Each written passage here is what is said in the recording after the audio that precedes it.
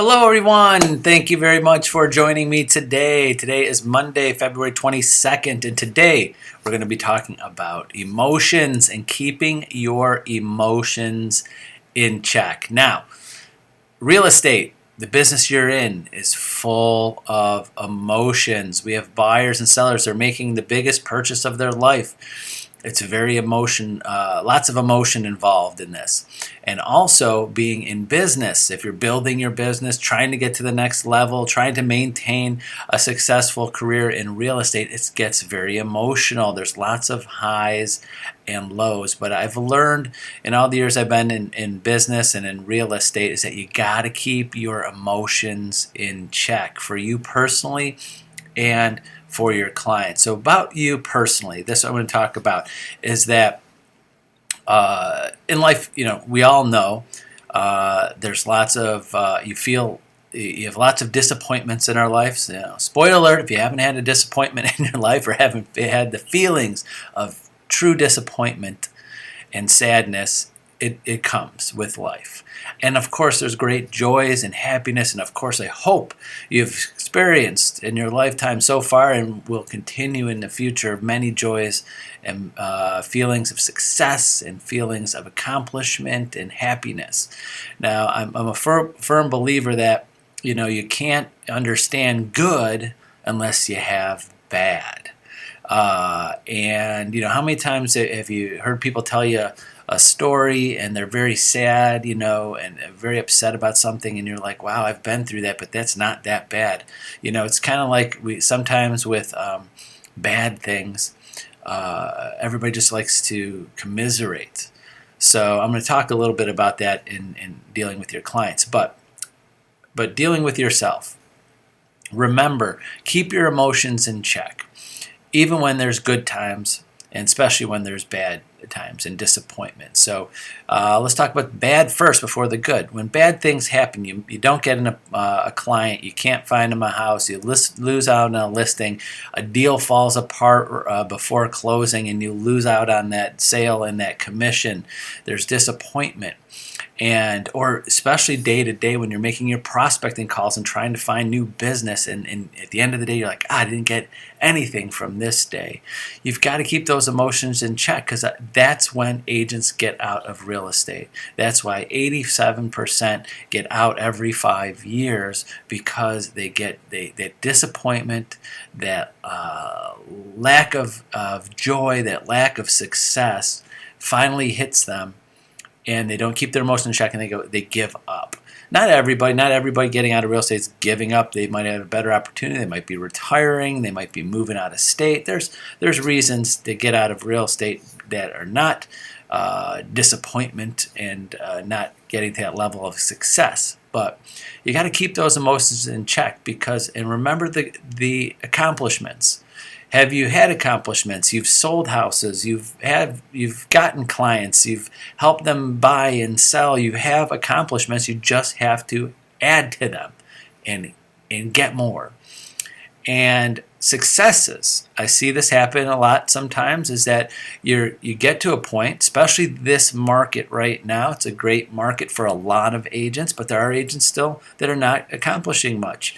But there are agents that are going well above that what they even thought they would in real estate. Now you got to remember, keep those good emotions in check too, because sometimes you just think you're riding a wave, and I see agents all of a sudden falls off a cliff because they didn't do what they remind themselves. Things are going great. There's closings coming up, showing houses. They forget to do the basics and prospect. They're enjoying their accomplishments, enjoying those sales, and the commission checks are coming in, and people are calling them left and right about buying houses, and they don't have to prospect and find buyers. Does it sound like you? I know there's a few agents out there. I talk to them, several of them every month, like, Tony, I can't believe it. This person's calling, that person's calling, this person's calling, and I got more buyers than I could handle, or I got more listings coming up, listing 2 properties this week. And they're all from people calling them, not them reaching out. So I always remind them, remember, that's good. That's beautiful. I'm happy for you. But remember, you got to go out and get the business too. If you forget to get the business and you don't keep those good emotions in check, then all of a sudden it falls off a cliff.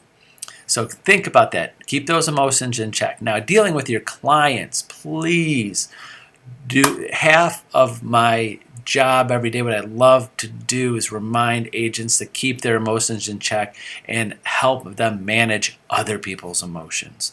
You got buyers that they're so extremely upset because they're in multiple offers. You got sellers that they don't know how to handle all of these showings and offers on their house. And then you got other agents that are stressed out, especially buyers agents, where gosh, this is the fifth house we wrote up multiple offers on. We lost 4. I really need to get this buyer a house, and emotions in there in dealing with each other. So you got to remember to keep your emotions in check, and you're the calm no matter what comes at you. The seller or your buyer or the other agent, their emotions are not in check sometimes. Sometimes they make very bad emotional decisions and lash out at you. Say things that don't make sense, don't understand why they're trying to sabotage a deal and why they're doing it. So that's why a lot of times I feel that, and I say this a lot, we sometimes feel like psychiatrists and psychologists sometimes because we have to handle other people's emotions all the time. So realtors, this is one of my big pet peeves of our industry sometimes, is agents not keeping their emotions in check. You are supposed to be the calm. Remember, you personally are not the buyer. You personally are not the seller. Like I said before, and I made a bad comparison. It's a bad comparison of comparing real estate agents with doctors. But don't bring on the emotions of your client. Like a doctor does not bring on the emotions. Maybe the joy and happiness when there's good things, but definitely when there's bad things happening, they don't bring out. They're the calm. They're the ones that are keeping the pieces together. They're the ones. They're the rock, and the professional. That's what you have to be. But when I see things going bad for clients, sometimes the agent takes on that emotion and it takes it out on the other agent. And I've seen deals fall apart just because the agents are both emotional and things. So you got to keep your emotions in check. Be that calming person. Make sure you understand you are not the client. You are representing the client, and is this the best interest? Getting upset and yelling at the other agent, arguing with the other agent over $400. You are both supposed to be there as their representatives, so work this out and be the calm and keep your emotions in check. How many times have I said that? I said that a lot of times. So that's all for today. I really wanted to give you some things to think about with your emotions. To me, a very good professional, successful agent keeps their emotions in check, is the calm, is that person that keeps their calm, even though inside sometimes it's so frustrating. But that's to be a professional, to be in your A game, and to be at the top of this game of real estate, is that be that person that doesn't let other people's emotions get to you and doesn't let those other people's emotions affect what you're going to do. And one last thing I was going to bring up is that things are going to happen, events, problems, good, bad, buyers are happening, sales are going to happen, everything's going to happen. But remember, how you respond and your emotions during your response equals the outcome of what happens.